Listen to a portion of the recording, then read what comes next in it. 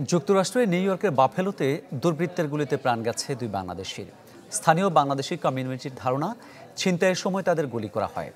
তবে এ বিষয়ে কোনো কিছু বলছে না পুলিশ, এমনকি নিহতদের নাম পরিচয় প্রকাশ করেনি তারা। ওয়ালটন ফ্রিজ কিনে অনেকের মতো আপনিও হয়ে যেতে পারেন মিলেনিয়াল। সেরা পণ্যের সেরা অফার। স্থানীয় সময় শনিবার রাত 12:30 কয়েক দফা গুলিতে কেঁপে ওঠে নিউ ইয়র্কের বাফেলোর জেনার স্ট্রিট। স্থানীয়রা আইন শৃঙ্খলা বাহিনীকে জানালে দ্রুত ঘটনাস্থলে যায় বাফেলো পুলিশের সোয়াট টিম। পরবর্তী 4 ঘন্টা টানা চলে অভিযান। উদ্ধার হয় 2টি মরদেহ। স্থানীয় বাংলাদেশি কমিউনিটি জানান, নিহত দুজনই বাংলাদেশি।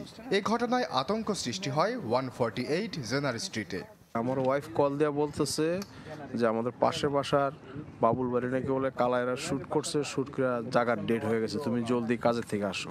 তো কাজের থেকে আইসা এই সিচুয়েশন। বাফেলোতে আপনার বেশি দিন হয় না আসার, লাইক আপনার 4 মান্থ or 5 মান্থ হবে।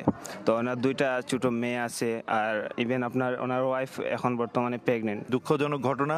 মানুষ এভাবে যে মৃত্যুর মুখে চলে যাবে, এটা আসলেই কল্পনা করা যায় না। আমরা 2টা ফ্যামিলিকে আমরা সাহায্য করি এবং ওদের ন্যায় বিচারের জন্য যদি আমরা একসাথে দাঁড়াই, then I feel like we can make the Buffalo safe again.